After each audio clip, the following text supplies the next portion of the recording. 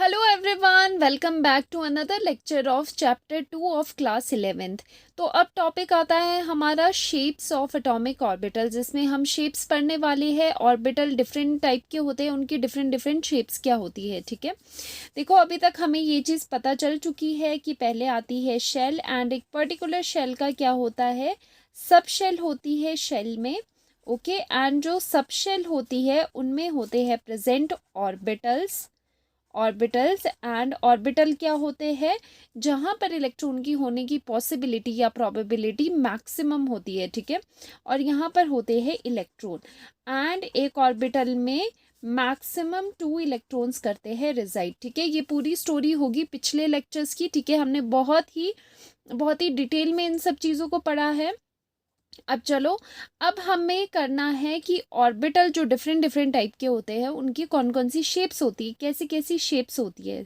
ठीक है, देखो अभी तक हमें पता है जो ऑर्बिटल होता है वो क्या बताता है, वो डिफरेंट तरह की ओरिएंटेशन बताता है। ठीक है, तो सब शेल में जितने भी ऑर्बिटल्स है उतनी ही उनकी क्या होती है, ओरिएंटेशन होती है। जैसे हमारे पास S P D F, हम इतने ऑर्बिटल्स पढ़ते हैं, इतनी सबशेल्स पढ़ते हैं, ये सारी क्या है, सबशेल्स है।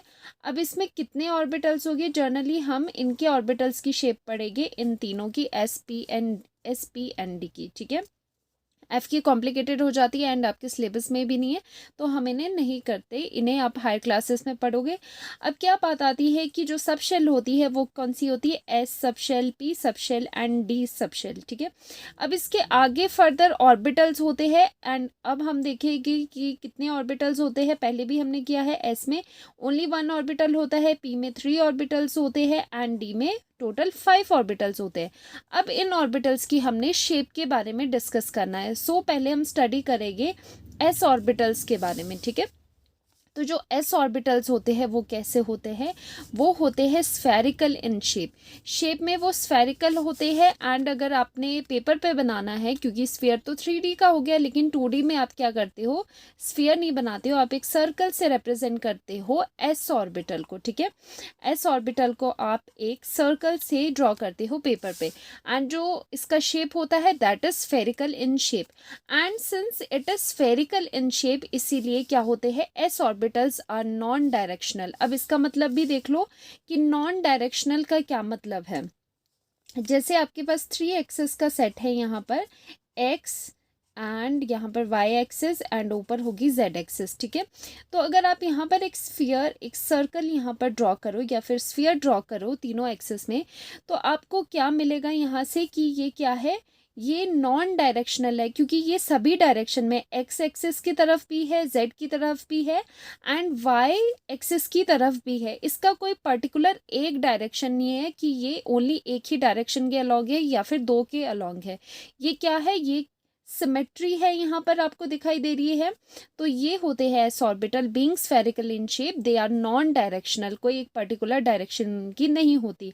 एंड हमें पता है एस सब शेल में ओनली क्या होता है, S sub shell contain only 1 orbital, तो ओनली 1 ऑर्बिटल होता है किसी एक एस सब शेल का। ठीक है, अब आते हैं इसके बाउंड्री सरफेस डायग्राम पे। अब देखो जो इसके बाउंड्री सरफेस डायग्राम हुए वो किस तरह से होते हैं, हमने अभी बात करी थी, क्योंकि इनका जो शेप होता है दैट इज स्फेरिकल। तो यहाँ पर एक स्फीयर आप ऐसे बनाओगे और दूसरा इस तरह से बनाओगे। ये क्या होते हैं, ये होते हैं boundary surface diagrams. For example हमने ये किसका डायग्राम बनाया, 1s ऑर्बिटल का। ठीक है, और यहाँ पर हम इसे मान लेते हैं कि हमने 2s ऑर्बिटल का यहाँ पर बाउंड्री सरफेस डायग्राम बनाया। ठीक है, तो ये 1s का हो गया, ये 2s का। इसी तरह से s ऑर्बिटल जो भी हो, चाहे वो 1s हो या फिर 2s हो, किसी भी शेल के हो, किसी भी प्रिंसिपल क्वांटम नंबर के हो, वो आपको स्फेरिकल शेप में ही दिखेंगे। दैट मीन्स वो आपको यहाँ पर पेपर में सर्कल ही बने हुए दिखेंगे। सो ये था boundary surface diagram, very easy for s orbitals. ठीक है, आगे जब बढ़ेंगे हम, तो हम p orbital and d orbitals के भी क्या करेंगे, शेप्स करेंगे। ठीक है, तो सबसे इजी जो शेप होती है वो किसकी होती है, एस ऑर्बिटल की, क्योंकि ज़्यादा कुछ करना नहीं है, नॉन डायरेक्शनल है, कोई भी डायरेक्शन नहीं है, एक ही, कोई एक सब शेल में कितने ऑर्बिटल हो गए, एस के एक ही ऑर्बिटल होगा। ठीक है, और इनका जो शेप होता है that is spherical and they are non directional, very easy concept. ठीक है, अब आती है बात इसमें इलेक्ट्रॉन डेंसिटी की। अब एक बात देखो, जो हमने यहाँ पर एक एस ऑर्बिटल बनाया, तो अगर मैं एक पर्टिकुलर डिस्टेंस आर लेती हूँ यहाँ से भी पर्टिकुलर डिस्टेंस आर, ठीक है।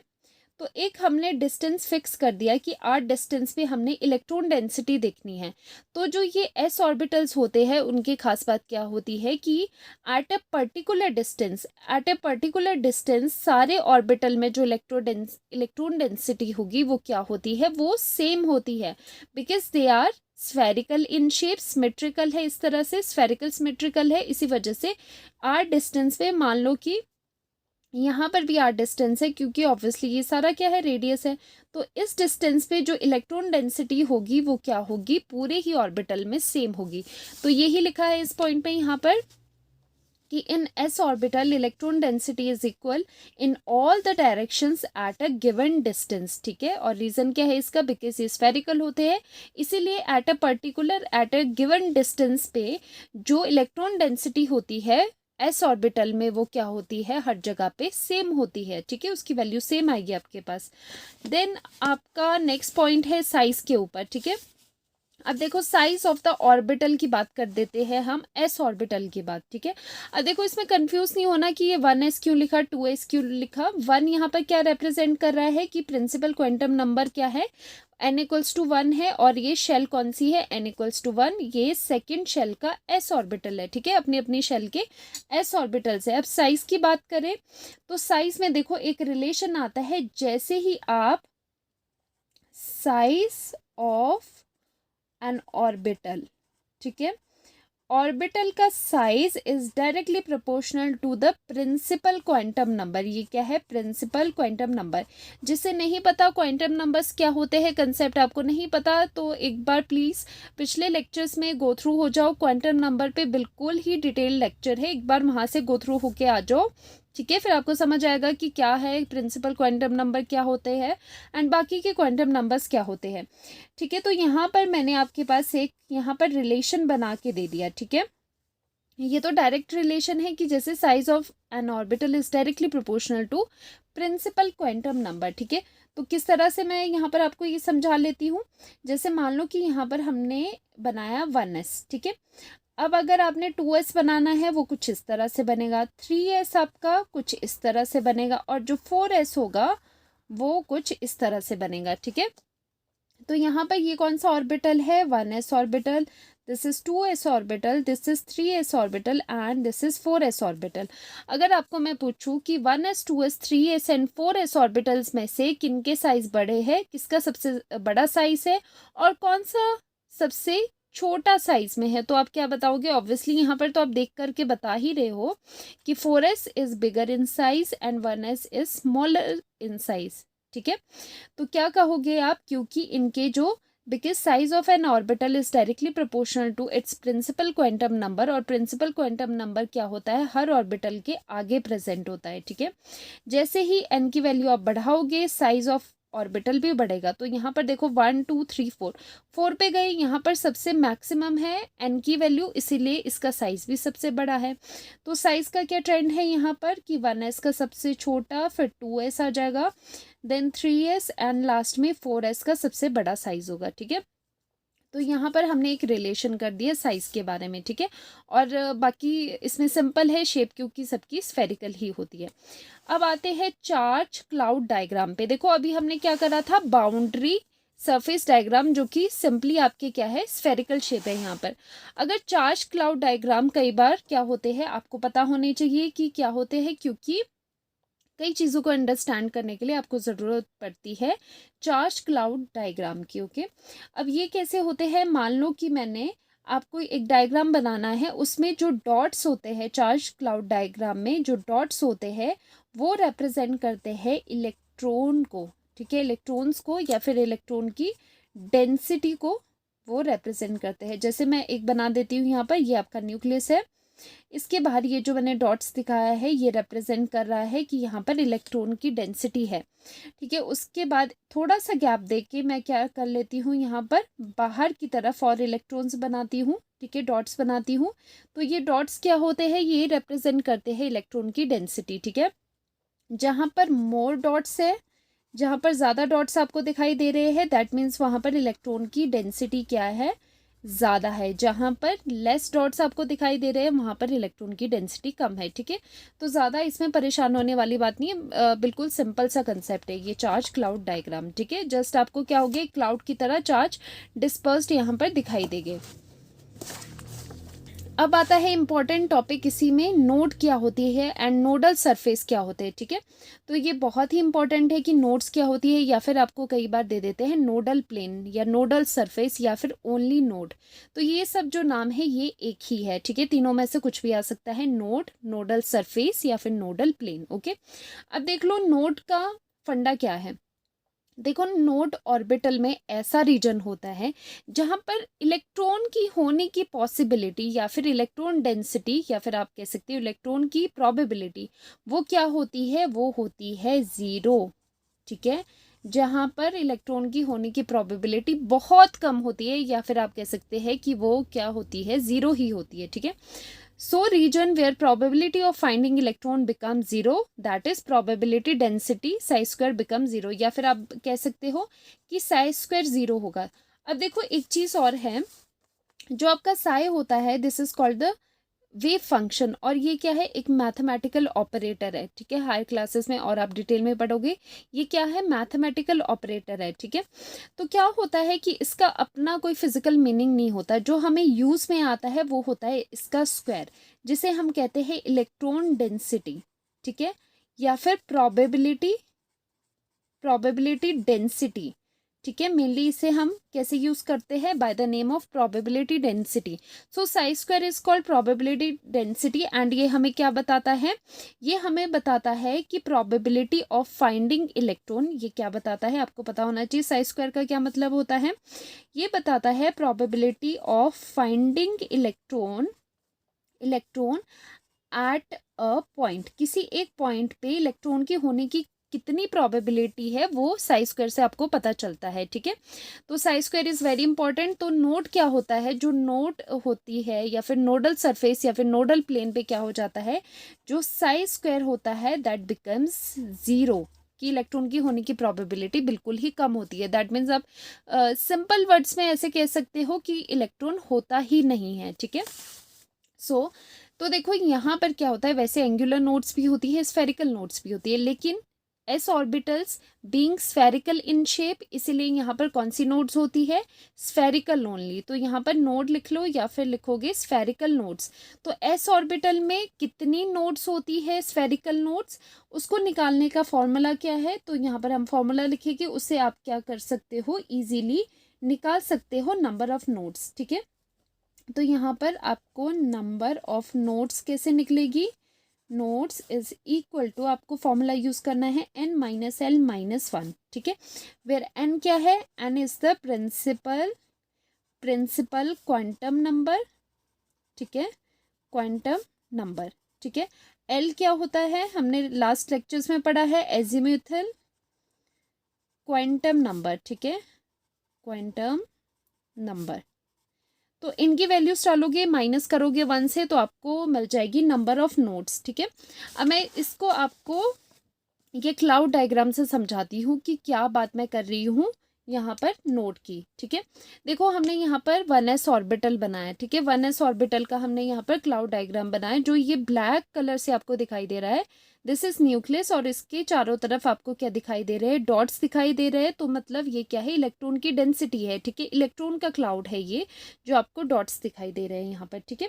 तो इन तीनों में आपको नोट्स निकालनी है, बाय यूजिंग द फॉर्मूला आप आराम से नोट्स निकाल सकते हो, लेकिन एक बार थ्योरेटिकली भी थोड़ा सा समझ के आप देख लो कि नोट कहाँ पर आएगी, ठीक है।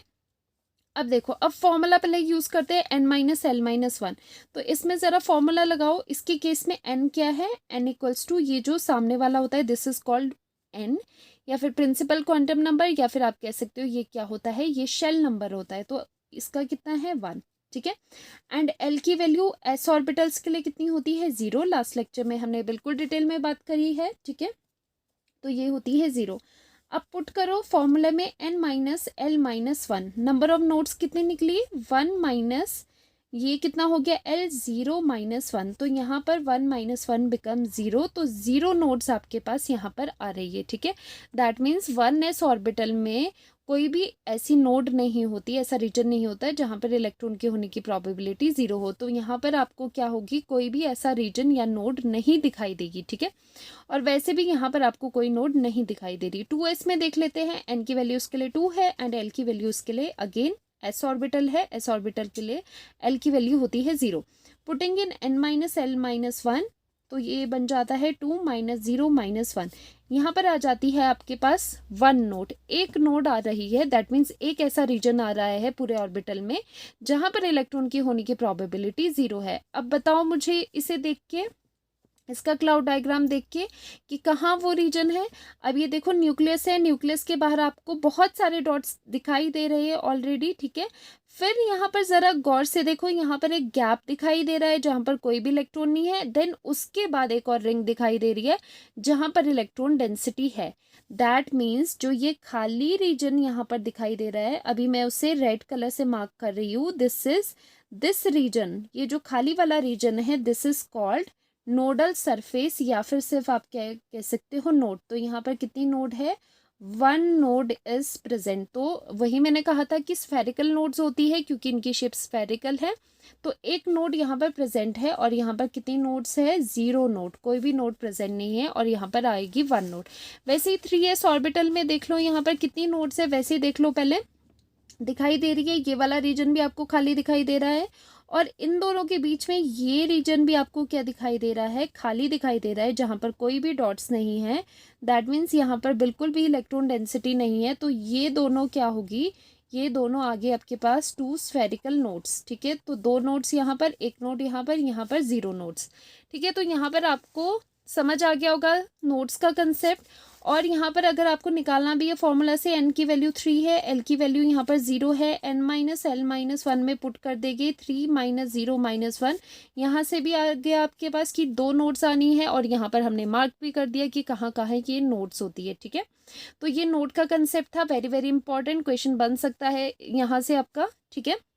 अब थोड़े हम ग्राफ कर लेते हैं लास्ट में, ठीक है, एस ऑर्बिटल के लिए। एंड जनरली हम यहाँ पर जो आपको पूछ सकते हैं दैट इज 1s ऑर्बिटल का एंड 2s ऑर्बिटल के लिए हम प्लॉट करते हैं साई स्क्वायर वर्सेस रेडियस, ठीक है।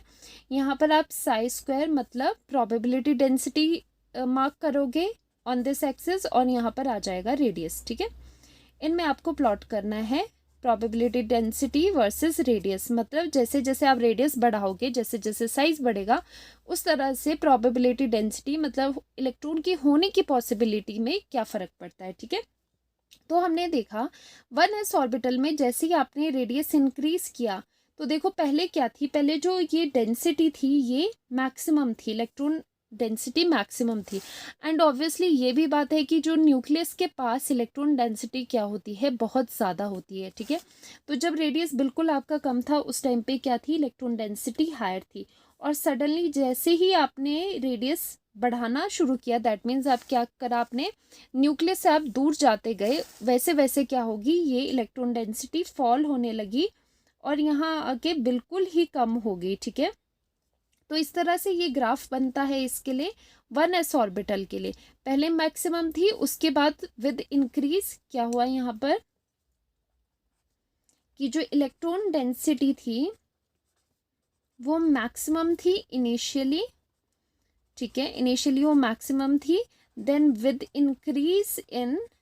इंक्रीज इन रेडियस क्या हुआ, जैसे जैसे आपने रेडियस बढ़ाया वैसे ही जो ये प्रोबेबिलिटी डेंसिटी है वो क्या होगी, कम होनी शुरू हो गई, वो डिक्रीज होने शुरू होगी। जैसे जैसे आप न्यूक्लियस से दूर गए वैसे ही इलेक्ट्रॉन की डेंसिटी, प्रोबेबिलिटी डेंसिटी कम होती गई, ठीक है। ये प्लॉट आता है किसके लिए, 1s ऑर्बिटल के लिए। वैसे ही 2s ऑर्बिटल के लिए क्या हो जाता है, this is for 1s and 2s के लिए देखो ध्यान से क्या होगा, इसके लिए भी न्यूक्लियस के चारों तरफ पहले, अब देखो यहाँ पर 2s में क्या था, न्यूक्लियस के चारों तरफ इलेक्ट्रॉन्स प्रेजेंट है एज डॉट्स, ठीक है।